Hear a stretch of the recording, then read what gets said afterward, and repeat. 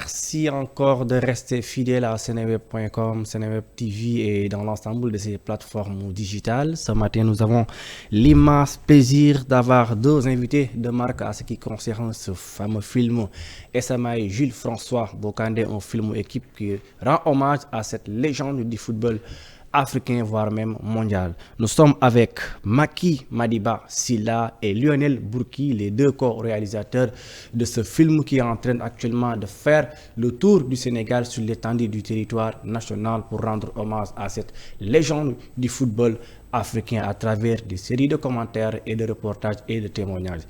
Mesdames et messieurs, nous allons parler de ce film avec nos deux invités ce matin. Macky Madiba Sylla, bonjour. Bonjour Alun. Lionel Bourki, bonjour. Bonjour Aline. Merci d'avoir accepté notre invitation. Vous êtes là aujourd'hui ici sur Seneweb pour parler de votre film Jules François Bocandé, SMI. Vous avez décidé de lui rendre un hommage en son honneur. Il n'est plus là, mais quand même, à travers ses belles prestations sur le terrain, je pense qu'aujourd'hui, on peut dire que Jules François Bocandé est immortalisé grâce à ses belles œuvres et grâce aussi à ses performances d'ici et d'ailleurs. En tout cas, merci d'avoir accepté notre invitation. Macky, encore une fois de plus, merci vous aussi d'avoir eu cette belle initiative de rendre hommage à ces hommes de la culture, du football, de la musique et partout à travers le monde. On vous a vu partout en Amérique latine, en Europe, en faisant des recherches sur la musique, sur la culture. Merci aussi pour cette belle initiative. Merci aussi à vous, Lionel, de l'avoir accompagné dans cette aventure. En tout cas, nous vous souhaitons une très bonne continuation. Premièrement, nous allons vous demander, vous, Lionel, en tant que co-réalisateur de ce film, quel est aujourd'hui le sentiment qui vous anime avant de parler sur le film, le fond du film, et avant de revenir sur Macky Madiba Sylla? Alors c'est une immense fierté. On a eu l'occasion la semaine dernière de le présenter à 4 reprises à travers la Casamance. Oui. On a reçu un accueil auquel on ne s'attendait pas. Beaucoup de petits témoignages qui ont peut-être l'air pas forcément important pour les gens, mais c'est notre salaire, cette reconnaissance qu'on a pu avoir, et la reconnaissance de la famille.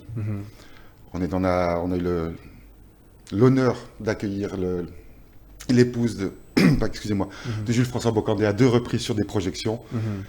Et les mots qu'elle a eus pour nous, moi, ils m'ont marqué. Je pense qu'on peut dire qu'ils m'ont marqué à vie. Ils vont me marquer à vie. D'accord. Merci beaucoup. Bocandé, la panthère, comme le disent Macky Madiba Sylla.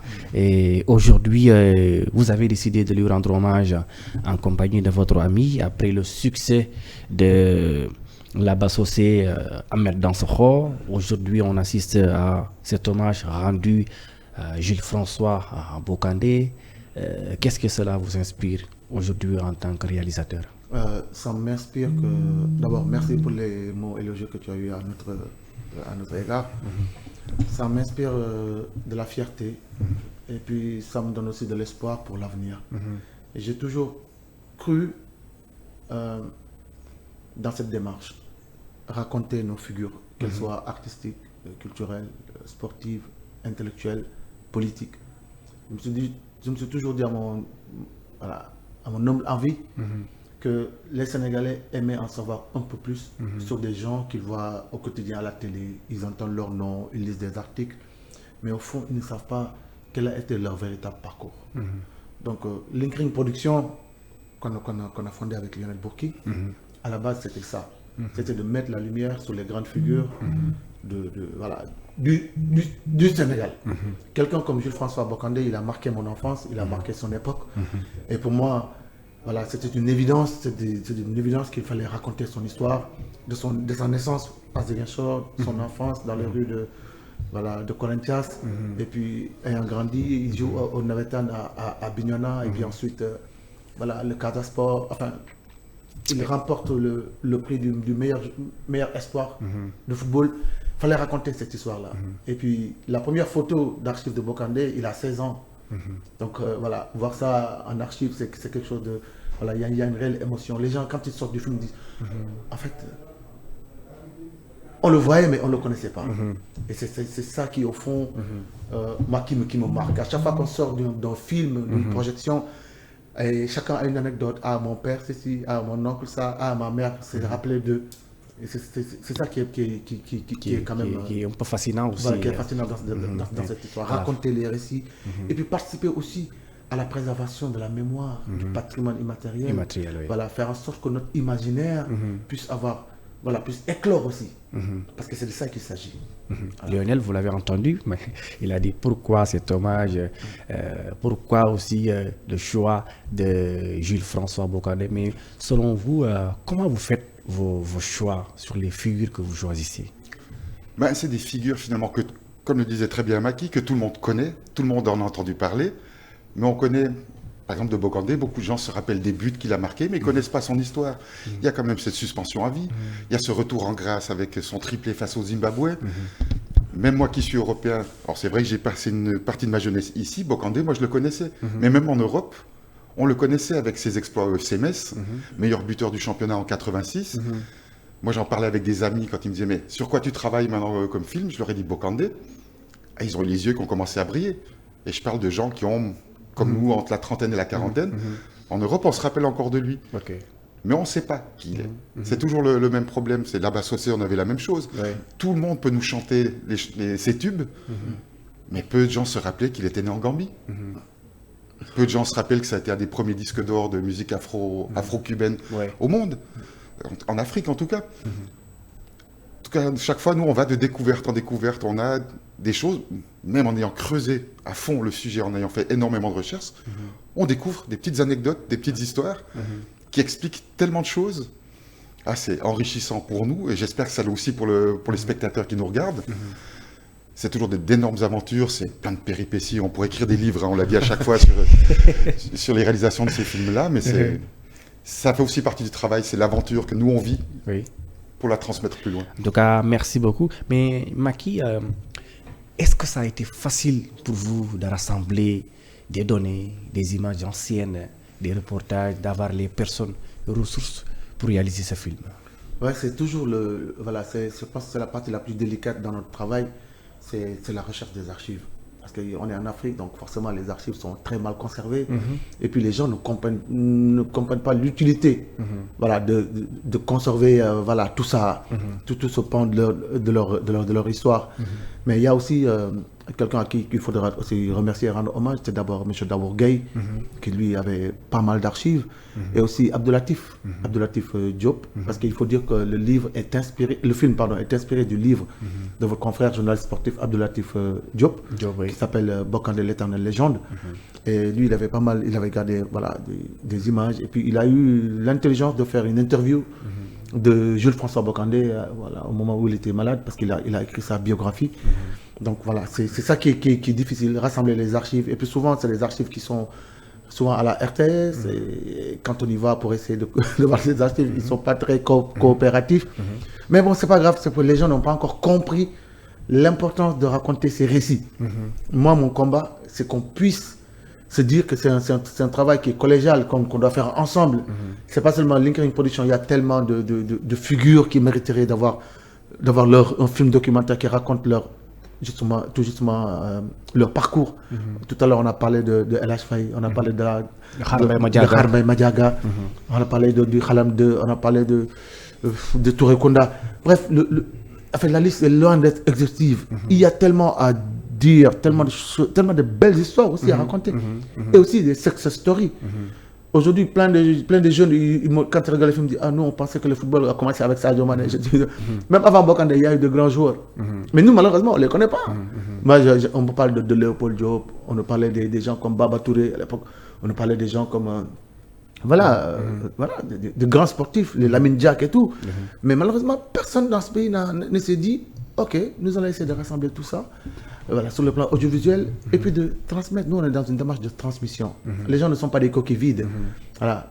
Aujourd'hui, le Sénégalais, le rêve, c'est que le Sénégalais reste dans son salon, qu'il regarde un film avec ses enfants et qu'il leur dise qui est Jules François Bocandé. Effectivement. Voilà. Et aussi, ce qui fait le charme de cette belle réalisation, c'est que c'est deux nationalités différentes, un Européen et un Africain, qui rendent hommage à une légende. Attention, lui, il est sénégalais. Oui, il est sénégalais, mais il est européen. C'est le plus sénégalais des Suisses. Effectivement, d'ailleurs, même je reviens vers vous pour vous poser la question. En tant qu'Européen, vous avez participé à cette belle réalisation pour rendre hommage à Jules François Bocandé. Quel est l'objectif réellement que vous attendez à cette belle réalisation que vous avez eu à faire aussi, à participer avec d'autres films en compagnie de votre ami Macky Madiba-Sylla? En fait, l'objectif avec ce film, c'est l'objectif qu'on a avec tout ce qu'on réalise aujourd'hui, c'est vraiment mettre la lumière sur des gens qu'on aurait peut-être tendance à oublier, dès le moment qu'ils sont plus là. Malheureusement, dès qu'on arrête de parler des gens, ils disparaissent, c'est plus qu'un nom qui résonne, mais sans savoir ce qu'il y a derrière. Oui. Nous, on aimerait que le maximum de jeunes le voient, dans les écoles, dans les académies de foot, parce que c'est important de parler de ce parcours-là. C'est un parcours qui est, on va pas dire chaotique, il est très difficile, le parcours de Jules. Mais aujourd'hui, il est immortel. Il est immortel même sans notre film. Ouais. On le rend encore plus immortel parce que maintenant il est fixé. Il y aura toujours une trace où on le verra bouger, on le verra parler. Avant, c'était beaucoup de témoignages, on pouvait lire dans les journaux, des livres. Là, maintenant, il y a un film. Là, maintenant, on peut le voir parler, on peut l'entendre, on peut le voir jouer. Et ça, c'est quelque chose qui est important.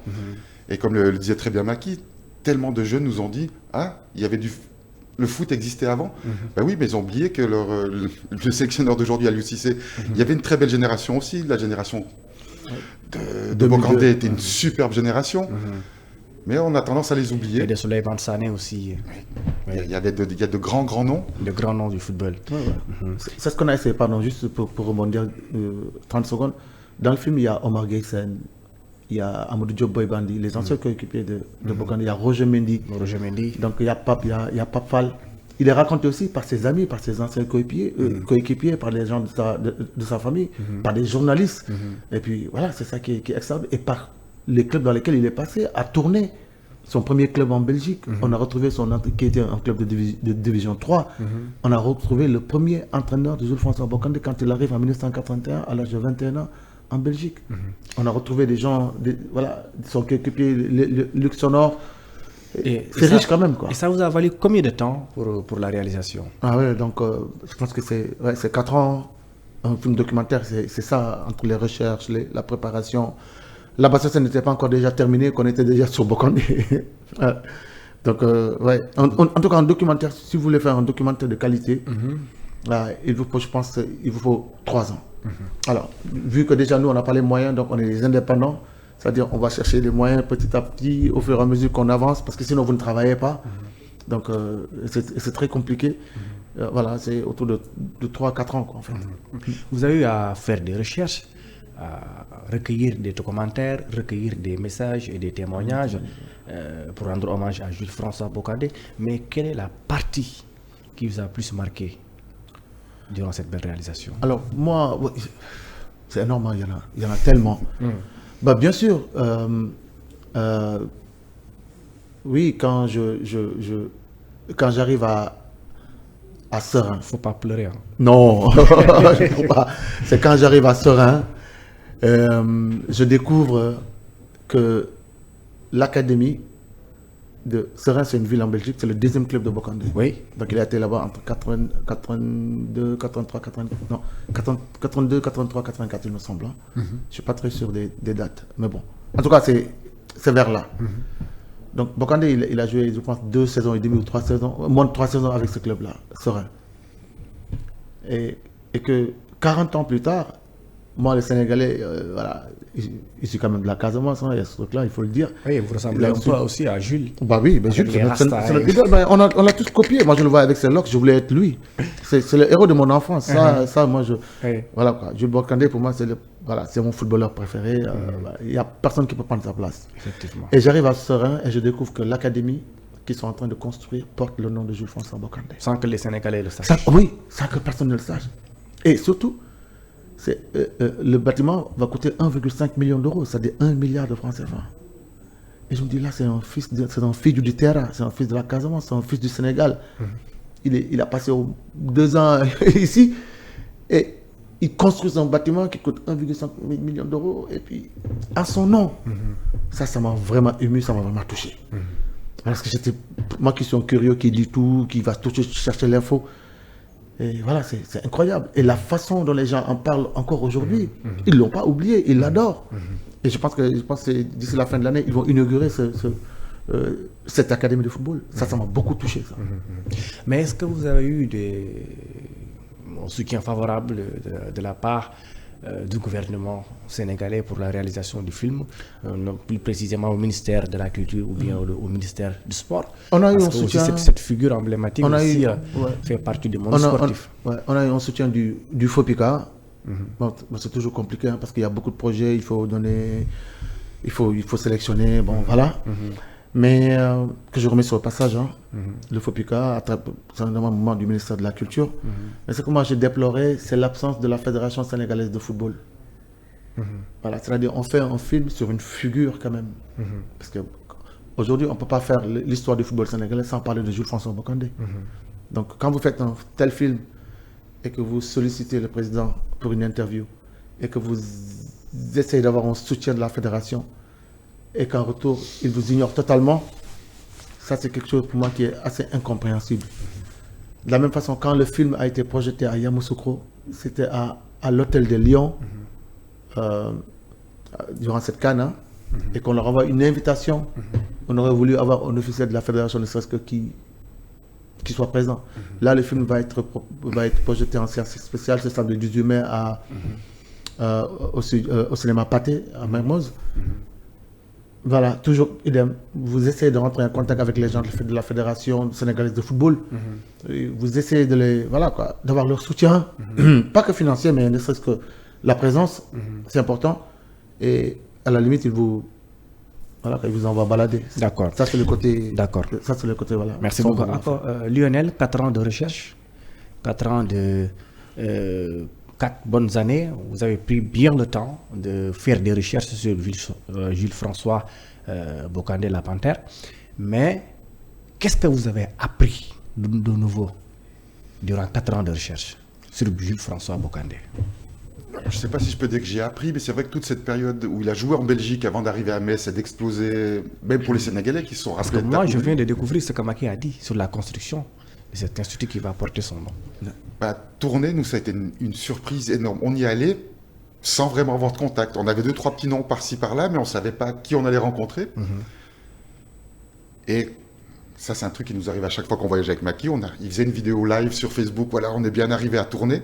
Il n'avait pas fini sa vidéo, le téléphone sonnait. Un de ses amis de longue date l'appelle. J'habite Tournai. Puis il lui fait, t'es là pourquoi? Je suis là pour faire Bocandé. Je connais tous les anciens du club, je vais te mettre en relation avec eux. Ils avaient une page Facebook, un groupe fermé. Ils l'ont accepté. Le lendemain, on avait reçu des quantités de photos, de vidéos, de témoignages, et le numéro de l'entraîneur, qui l'a appelé directement. Il y a beaucoup de choses, ça marche comme ça. C'est que nous, on est quand même très nouveaux dans ce milieu-là. Le documentaire, c'est un milieu qui est quand même relativement difficile. Se faire prendre au sérieux, c'est très dur. On a certains des intervenants qui au début nous ont dit « Ah, on n'est pas sûr de vouloir participer ». Et puis aujourd'hui, ils sont heureux du résultat. Ils sont heureux pour nous, ils sont heureux pour eux parce que finalement, c'est leur vie. On parle aussi d'eux. Le film s'appelle Les Samaï Bocandé la Panthère, mais c'est toute cette génération 86 qui est remis à la lumière. Qui se rappelle de Caire 86, qui se rappelle de... Pour beaucoup, c'est des souvenirs. Les images, elles ont été très, très, très difficiles à trouver parce que même les chaînes de télévision des pays organisateurs de la CAN n'avaient plus les archives. Donc, il a fallu creuser, les retravailler, les restaurer. C'est un gros travail, mais c'était un plaisir énorme de revoir ces choses-là. Certaines choses, moi, je les découvrais. Le match de qualification contre le Zimbabwe, lui, on l'a cherché longtemps. Hein. Ça a pris beaucoup de temps. Et une fois qu'on l'a eu entre les mains, moi je pense que je l'ai regardé 3 fois. Pour être sûr d'avoir bien vu ce que j'avais vu. Vous êtes en train de faire le tour du Sénégal à travers des séries de projections pour faire la promotion du film SMI, Jules François Bocandé. Mais quel est l'accueil que les gens vous réservent une fois arrivés sur place avec Jules François Bocandé, le film? Il y a beaucoup de curiosité quand les gens arrivent parce que aller au cinéma, c'est pas un réflexe pour le Sénégalais. C'est pas quelque chose il n'y a pas des cinémas partout. Là, en Casamance, on était avec une équipe de cinéma mobile. Chez lui. Dans sa ville, dans sa région. Alors, on venait s'installer, on mettait l'écran. Donc là, il y a déjà les curieux qui arrivent. 1 heure avant la projection, on mettait la bande-annonce. Là, il y a encore un peu plus de gens qui arrivent.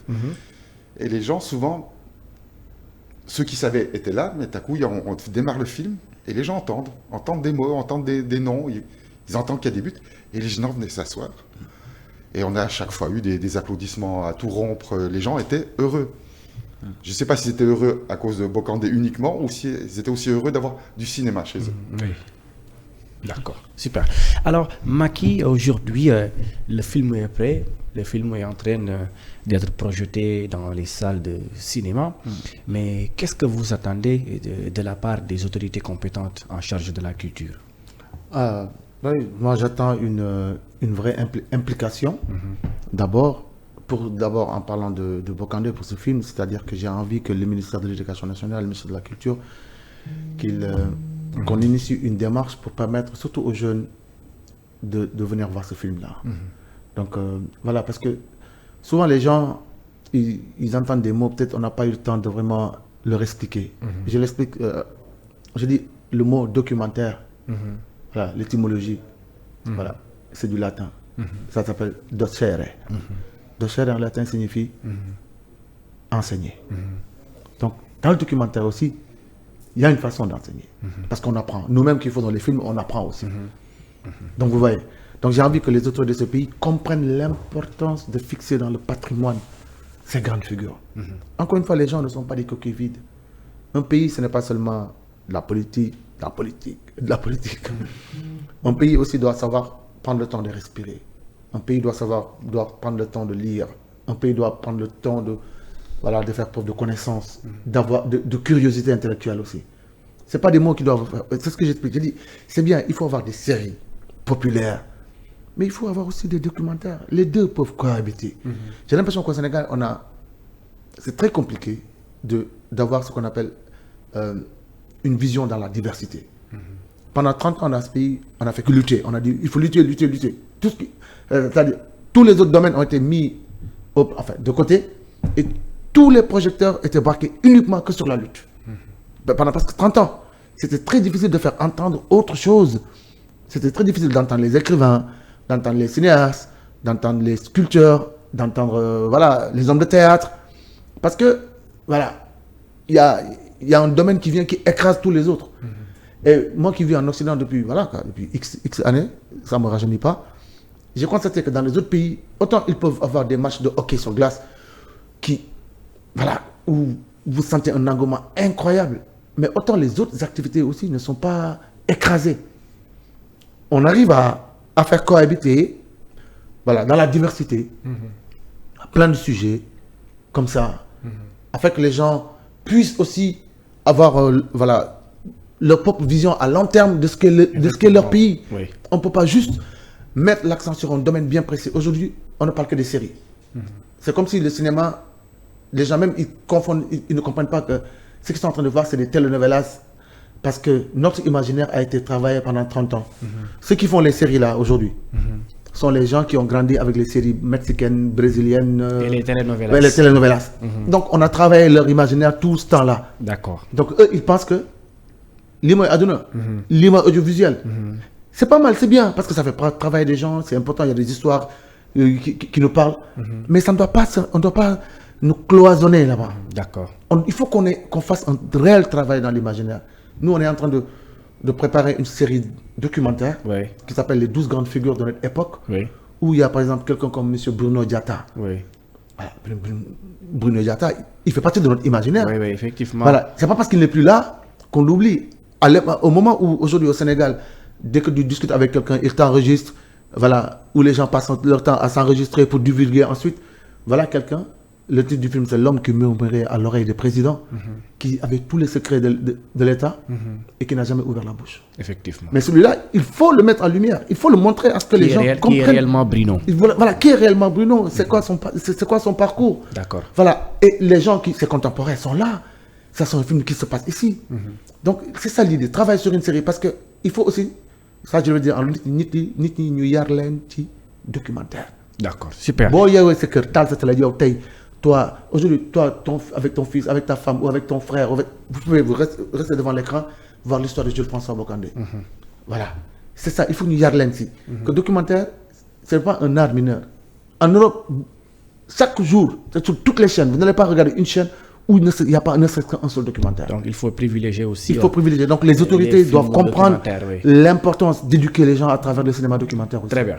Alors nous allons rapidement vous donner la parole de nous donner aussi la suite des séries de projection, les dates et autres, avant de terminer l'entretien. Donc, quelle est la suite des séries de projection à venir pour le film? Alors, la plus importante, c'est samedi. Samedi, oui. Il y a cette projection spéciale au cinéma Pathé à Mermoz, Oui. à 11h. Et ensuite, il sera à l'affiche pendant 2 semaines. Oui. Et après, là, tout est encore en discussion. Il y a plein d'idées, il y a plein d'envies, il y a plein de gens qui sont venus nous voir aussi maintenant parce qu'ils partagent la même vision. On a été très surpris d'avoir Aliou Cissé, qui était le parrain des événements qu'on a fait à Ziguinchor, a la même vision que nous. Donc c'est génial de voir que finalement, ce que nous, on essaie de faire, on n'est pas le seul à le penser. D'accord. Merci beaucoup, Merci Lionel à vous. Bourki. Merci beaucoup, Macky Madiba Silada. Merci d'avoir accepté notre invitation. Je rappelle que vous êtes les co-réalisateurs du film Esamaï, La Panthère, qui rend hommage à Jules François Bocandé, une figure emblématique de l'histoire du football sénégalais, voire même africain. Je rappelle que le film aussi sera projeté ce samedi 18 mai au cinéma Pathé de Dakar. S'il te plaît, le film est à l'affiche. Oui. À partir du 18 mai au cinéma. C'est rare d'avoir un documentaire qui sort en salle. Donc je lance vraiment un appel. Gars, nañ dem seetaan film bi, nañ dem en famille, seetaan ko. Et puis buñ génnee dañu am mbégte quoi. Merci beaucoup Macky. Merci beaucoup à vous aussi de nous avoir octroyé votre aimable attention. Nous vous donnons rendez-vous très prochainement avec un autre invité ici dans nos locaux de Seneweb. Merci. À bientôt.